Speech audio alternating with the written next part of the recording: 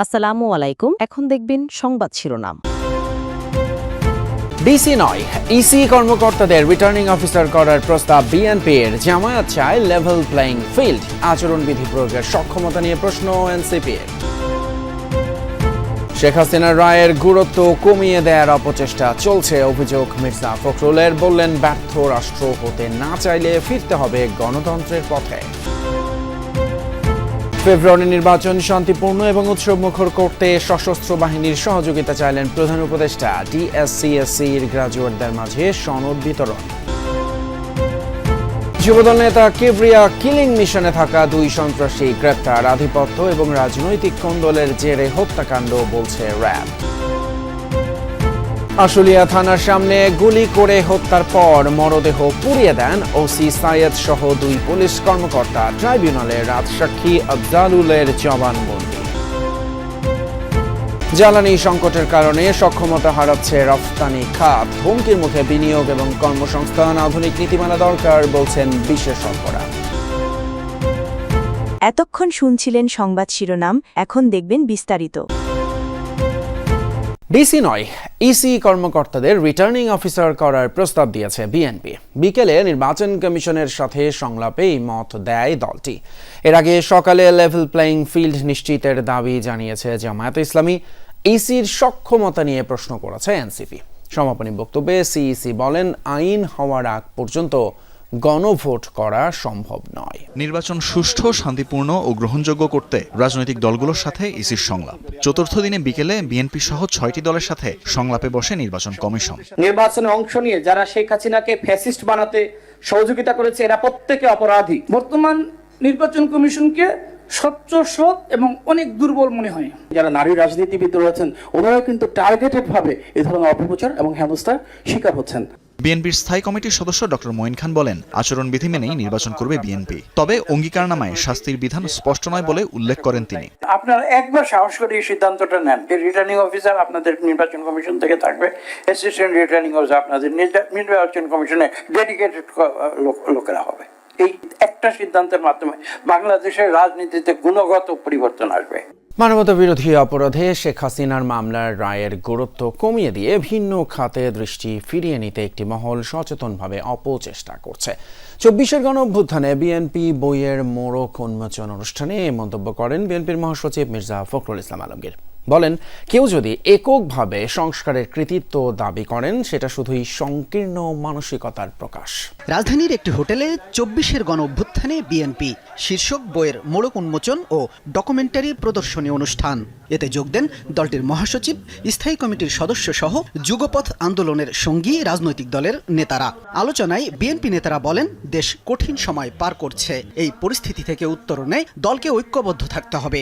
সেই সাথে আসন্ন নির্বাচনের চ্যালেঞ্জ মোকাবেলা করে সুশাসন প্রতিষ্ঠায় গুরুত্ব দেন নেতারা। অনুষ্ঠানে বিএনপি মহাসচিব বলেন, মানবতা বিরোধী অপরাধের রায়ের গুরুত্ব ভিন্ন খাতে নিতে সচেষ্ট একটি মহল।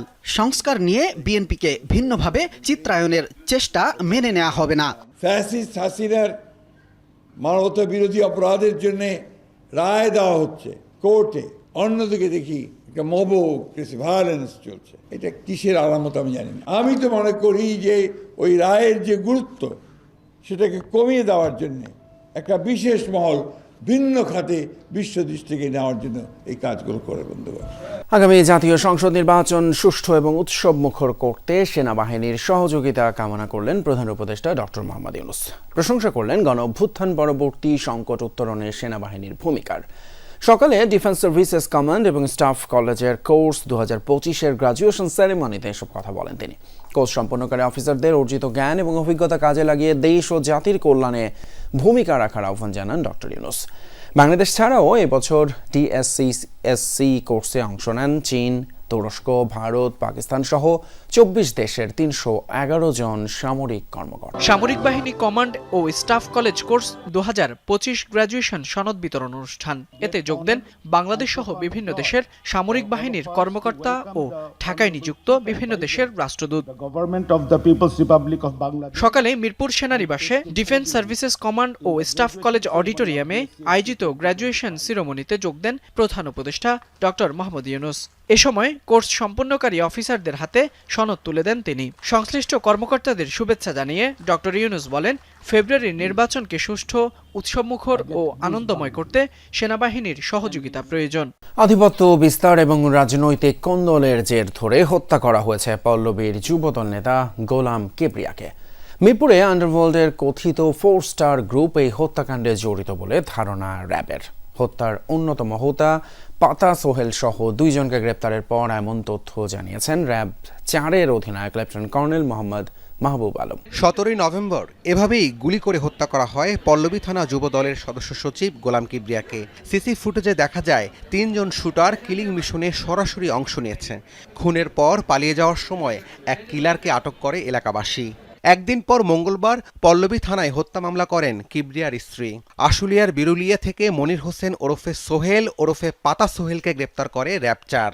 পরে হত্যায় জড়িত আরেক সন্ত্রাসী সুজন ওরফে বুক পোড়া সুজনকেও গ্রেপ্তার করা হয়। পাতা সোহেলই তাদেরকে, যারা শুটার তাদেরকে অর্থ সরবরাহ করেছিল। বাট পাতা সোহেল আসলে কোন জায়গা থেকে অর্থ পেয়েছে বা কে নির্দেশদাতা এটা এখনো আমরা ক্লিয়ার না। এর আগে যাদের সাথে ওনার সখ্যতা ছিল, এই রাজনৈতিক মেরুকরণের পরে সেই সখ্যতাটার এগেনস্টে তিনি কাজ করছিলেন। বেসিক্যালি বিভিন্ন জায়গায় চাঁদাবাজি কিংবা মাদক ব্যবসা এগুলাতে তার সাপোর্ট ছিল না। আশুলিয়ায় 6 লাশ পোড়ানোর মামলায় রাজ সাক্ষী হয়ে জবানবন্দি দিলেন মামলার গ্রেপ্তার আসামি এসআই আফজালুল হক। বুধবার জবানবন্দিতে তিনি বলেন, 5 আগস্ট 6 জনকে গুলি করে হত্যা করে লাশ পুড়িয়ে দেয় আশুলিয়া থানার ওসি সায়েদ এবং এএসআই বিশ্বজিৎ সহ বেশ কয়েকজন পুলিশ।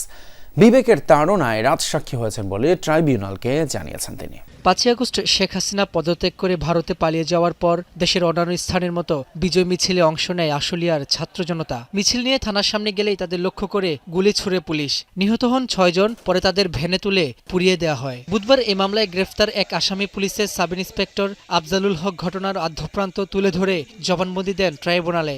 বলেন, 5 আগস্ট বিকেল 4টায় ওসি সায়েদের নির্দেশনায় এএসআই বিশ্বজিৎ সহ কয়েকজন পুলিশ সদস্য এই হত্যাকাণ্ডে অংশ নেন।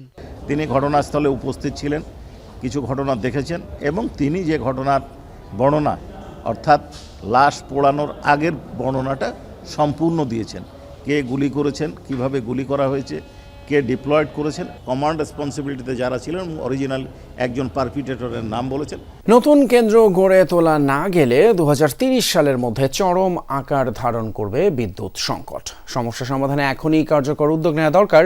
বিদ্যুৎ খাত নিয়ে ইকোনমিক রিপোর্টার্স ফোরাম, ইআরএফ এবং পলিসি এক্সচেঞ্জ বাংলাদেশ আয়োজিত সেমিনারে এসব কথা বলেন আলোচকরা। জ্বালানি সংকটের কারণে বিনিয়োগ এবং কর্মসংস্থান দুটোই হুমকির মুখে পড়বে বলে জানান ব্যবসায়ী নেতারা। তাই এই খাতে অর্থের যোগান বাড়াতে বিনিয়োগ নিরাপত্তা নীতির ধারাবাহিকতার গুরুত্ব দেন বিশ্লেষকরা। প্রতি বছর বিদ্যুতের চাহিদা বাড়ছে 6% হারে। এটি অব্যাহত থাকলে 2030 সালে উৎপাদনের সক্ষমতাকে ছাড়িয়ে যাবে চাহিদা। আর 2040 সালে 35,500 মেগাওয়াট চাহিদার বিপরীতে উৎপাদন নেমে আসবে 21,000 মেগাওয়াটে। ঘাটতি বেড়ে দাঁড়াবে 14,500 মেগাওয়াটে।